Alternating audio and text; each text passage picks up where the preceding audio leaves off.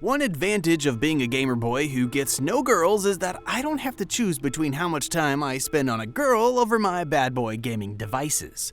In case you're out here wondering if I trade my favorite waifus for the very awesome PS5, of course, I take it. Get that shit off the road. Remember this, if bro chooses waifu over video games, then bro is a disgrace to the brotherhood. P.S. I'll be looking out for the pretty women in the comments. Today's protagonist is about a virgin gamer boy named Akira. No, he doesn't play games that waste his unborn children through the glory hole. He's your average high schooler whose life revolves around his games. Aside from being a gamer, there's nothing really special about him. He lives in a dump, loves sweets that could potentially limit his libido, and is obsessed with video games rather than women. On his way to school, one day Akira is confronted by a muscular mommy milker and then wait, oh my goodness, that's the wrong script. I was trying to explain that Akira is confronted by a guy who looks like the mixture of a mummy wrapped in bandages and an action figure from G.I. Joe. Either that or he's a psychopath who just escaped anger management classes.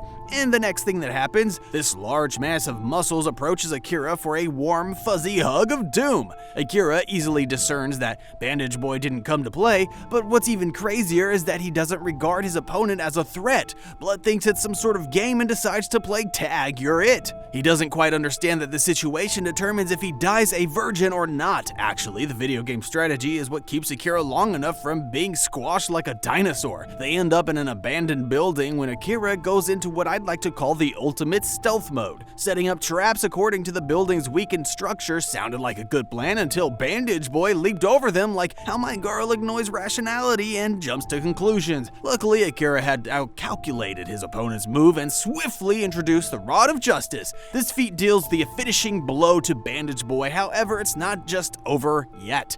Turns out Bandage Boy was a decoy from the main boss, who turns out to be a girl. She's definitely no damsel in distress. She's a purple-haired girl who looks like she pulled up for the BTS concert. Either that or she's an AI Hoshino wannabe. She acknowledges Akira's survival against her minion, but immediately declares the fight unwinnable for him. Blood is confused at her words, and the next thing he sees is a big chunk of his body gone. Then she leaves him to die in his pool of blood. Fellow otakus, that's how this recap would have ended if there wasn't a plot twist. Not like they could kill off the protagonist anyway. The next minute Akira opens his eyes, he finds himself all fixed down to his secret place, the most important part. But then again, he's locked in handcuffs and in a strange room with lots of unfamiliar faces. Soon a familiar face takes the stage, and it turns out to be the girl who killed him earlier, Mion the magician. She welcomes him, the chosen one under a special ability testing project group. She then proceeds to give introductions properly, starting with the bomb of news that their names have been removed from the registry. In other words, they're all dead in the eyes of the society. What's more agitating is that they were killed off with no disclaimer. With an example where Mion kills a protesting man with their hand cannon ability, it becomes clear that neither Mion nor the project gives a shit ton about them. They were easily lab rats. Lab rats whose bodies have been illegally modified, so each of them can possess special abilities like Mion's. Even after death, their freedom is not guaranteed. Besides that, no one asked the organization to take everything from them in exchange for the abilities. Wrapping it up, they're informed that the abilities will kick off seconds after the cuffs light green, but Mion dishes out a warning. Whoever doesn't give a positive feedback will end up like protesting bro. She ends her very frightening speech by calling out Akira's keen sight from their first encounter and easily labels him as her favorite. And after all, he single-handedly killed Bandage Boy earlier. Lots of curiosity lingers in the room, but the one person who asked the right question is none other than Yuri. She wishes to know why they were chosen. You wouldn't believe this AI wannabe girl didn't have a criteria. She merely killed the candidates randomly. The next step is to settle in and get familiar with their powers. Just before the cuffs fall off and the first competition begins, Akira is given a room where he can make his desires come true. All desires except a busty mommy milker and his video games. Well, they were kind enough to add his favorite sweets as interior decor. The room also contains a darkened paper that gives details about his power. Goodness knows what kind of ability he was given. A glance at it feels like a low-budget form of the Death Note. Regardless, Akira has to face his first opponent revealed to be Kurosaki. If there's anything Kurosaki hates so much, it's school. Ironically, he finds himself in a classroom which is the same arena for his fight with Akira. Let's skip the talks about PTSD. Kurosaki goes head-to-head against Akira with a super cool ability to turn a stick into a sword. Each swing at Akira is so fast, you'd think he's he's done this before. Well, not exactly. All Kurosaki can think of is not getting on the same bus as the protest man. After a series of cat-chasing mice, Kurosaki asks Akira to go big or go home. Only then does Akira reveal that he's not hiding his abilities because he's afraid. Matter of fact, he's hiding them because they're insane and dangerous. But then again, Akira gives him what he asked for, revealing his ability to be an illusion. One would think illusion is the power to mess with the mind, yet what Akira pulls off is Mion's hand cannon, which he uses to subdue Kurosaki finally. Hold on, you must be wondering how that mega bazooka got into the battlefield. Behind the scenes, Mion, who spectated the match, gives a decent breakdown of what the gamer just pulled. Turns out the illusion is actually an ability to trick the mind. Kurosaki was simply manipulated to believe illusion, so Akira could create the image of Mion's hand cannon in his mind. In the heated moment of the fight, Kurosaki bought into Akira's bizarre story, and that's when the bazooka manifested. With that said, Akira's true ability is revealed to be whatever the other person thinks is his ability. After Akira's first fight and first win, he's even more determined to adapt to his new powers. He's not planning to take the first place or impress Mion during his stay. Matter of fact, he plans to use her without her realizing it. On another side of the story, we get to see things from Yuri's perspective. Who is Yuri? Sweet, fragrant, with etiquette. Blech. Yuri's the exact opposite. Even the puppies hate her. Must be daddy issues. Let's say she's the female form of Dragon Ball's Vegeta. One more thing, she doesn't like the word random event, which is, coincidentally, the random reason Mion chose her, and this simply unlocks the worst in her. All the same, Yuri's life was nothing like a fairy tale while she was alive. Her mother was a random nuisance to all men that must be stopped by all means necessary. I mean, the only qualification to get on the woman's bed was to wiggle some male sausages. Aside from that, Yuri randomly entangled herself up to a stalking pervert who randomly ended her life. So you can imagine being randomly chosen by Mion is enough to send her nuts in a room. However, one thing Yuri and Akira can settle on is that both of them want to return home by all means necessary. Yet, Mion and her assistant Yang weren't about to make that easy for her. Even with an ability, all Yuri could do was sit comfortably in her new cage while wondering why nothing ever goes her way.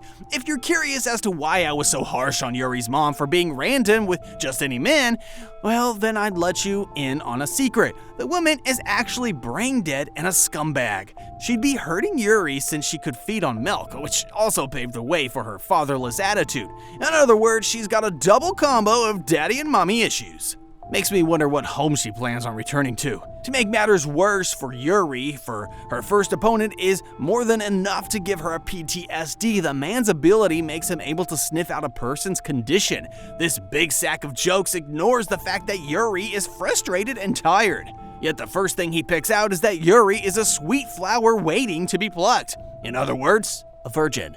An ability for the nose to get beneath feminine skirts?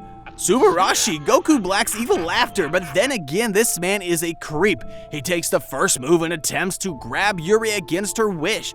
She responds with a flying kick in the air, sending him a few steps backwards.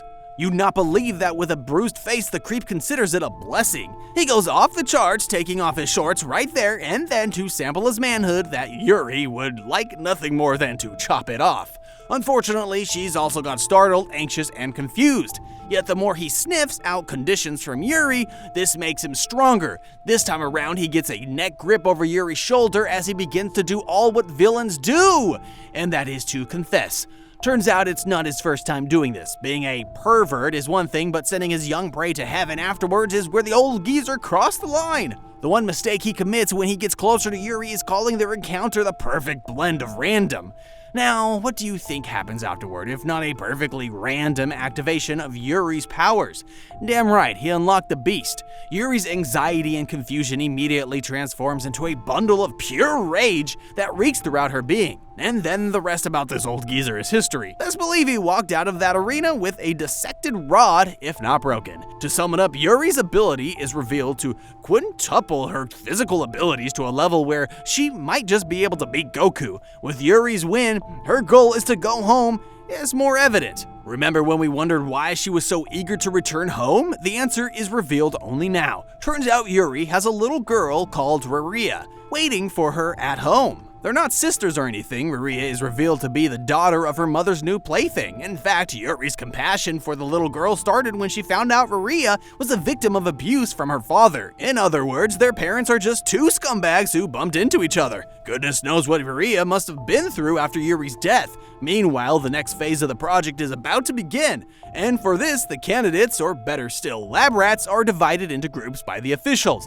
This phase is known as the second program, where the candidates are divided into teams of 5, so it's basically a 5-on-5 team battle consisting of Akira, Kirasaki, Yuri, Sawatari, and Kumigari. They are given a 2-hour break till the start of the second program, yet what remains a mystery for Akira is how to go about doing the thing called teamwork. For this to happen, they all have to reveal their abilities to one another. But how's that going to work when he's already manipulated Kirasaki into thinking his ability is the illusion of a hand cannon? Manipulation never comes with the truth, y'all. This might be difficult for Gamer Boy.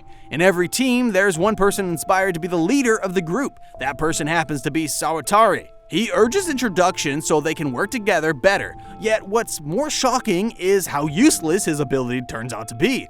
Sawatari is revealed to have a button on him. This is no self-destruct button or one that causes detonation. Instead, the button is one that transforms into a rope.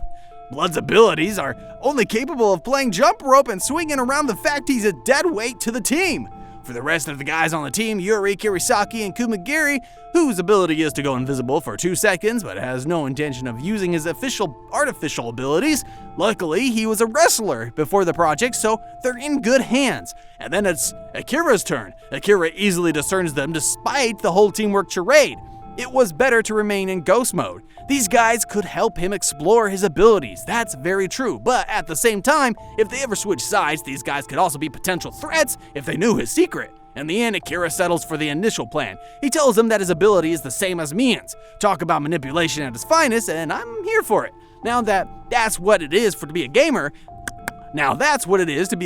making the hardest decisions. In order to try out Yuri's ability to quintuple her physical ability, Akira asks her to try and reach the roof. Only problem is, after doing this, Yuri realizes that the boys get a free view of her underwear, and Yuri doesn't let them off the hook easily. Soon they match to the venue of the second program, each bearing marks from Yuri's revenge.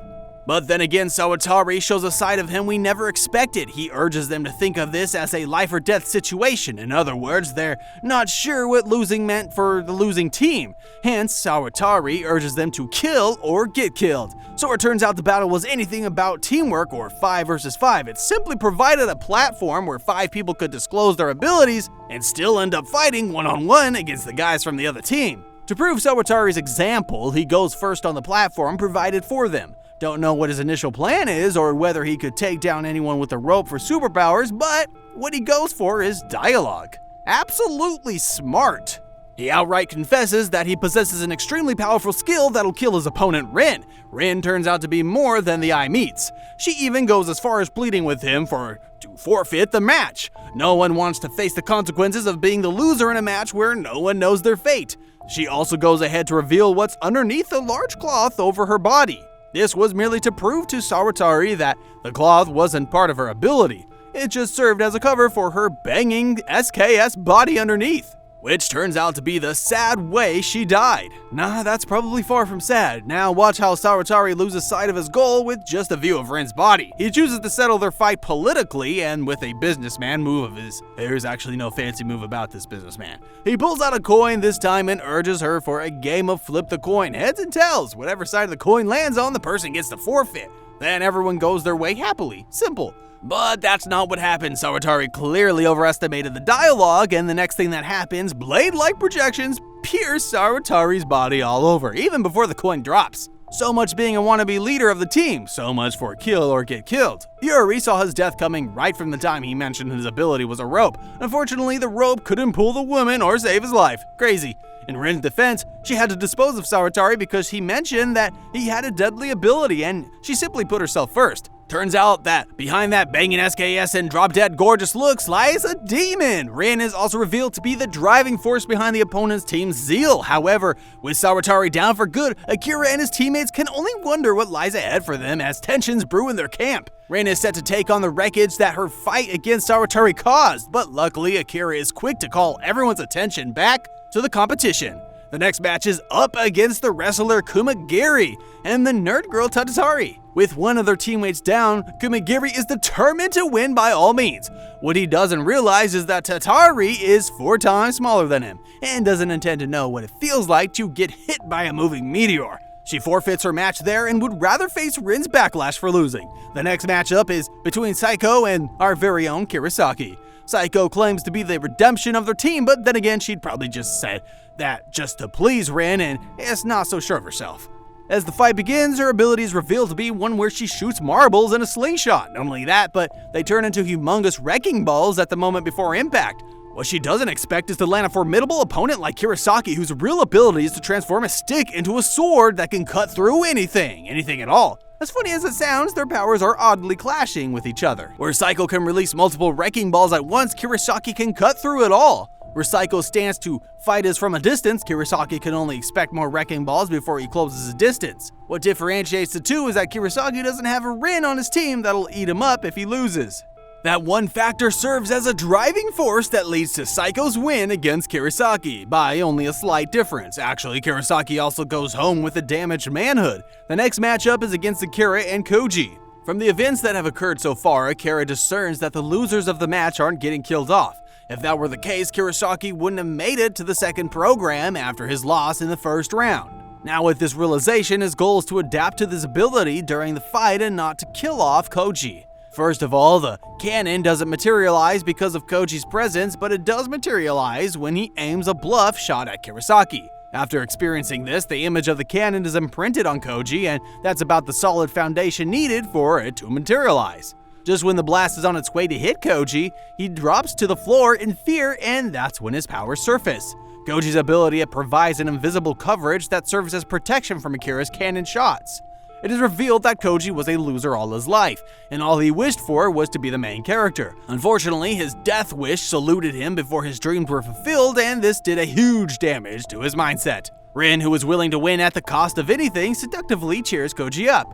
What's more exciting than when the loser has a cute girl cheering his name? That rush of adrenaline in Koji's bones sparks the fighting spirit in him, however, it's not enough to stop Akira. Koji gets distracted by the thought of pretty women cheering him. Akira then takes the opportunity to ambush him with a cannon directly aimed at his head. No one needed to tell Koji it was time to forfeit before doing so. For the last matchup, it's Yuri's turn. You wouldn't believe who her opponent turns out to be. It's Ouija, the same random stalker and pervert who caused her a random and unexpected death. You can tell how furious this makes Yuri, however, Ouija is revealed to be the same sick maniac after death.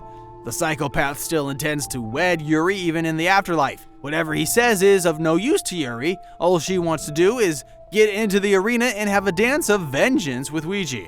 Shockingly, her match against him ends almost immediately when she punches through his ability to make his body as hard as iron. Mion announces Akira's team as the winner and calls an end to the second program. As calculated by Akira, the losing team gets to serve a punishment that's not death. It's actually a cute one where they have to play dress-up as bunny waiters to serve the winning team. Despite the possibility that the treat from Mion could be a trap, it's one risk the winning team was willing to take. During the treat, both teammates sort of form a bond. The only ship that refuses to sail is the Akira-Rin combo, because Akira hadn't figured out how Rin's abilities work. He labels her a dangerous woman and wants nothing to do with her.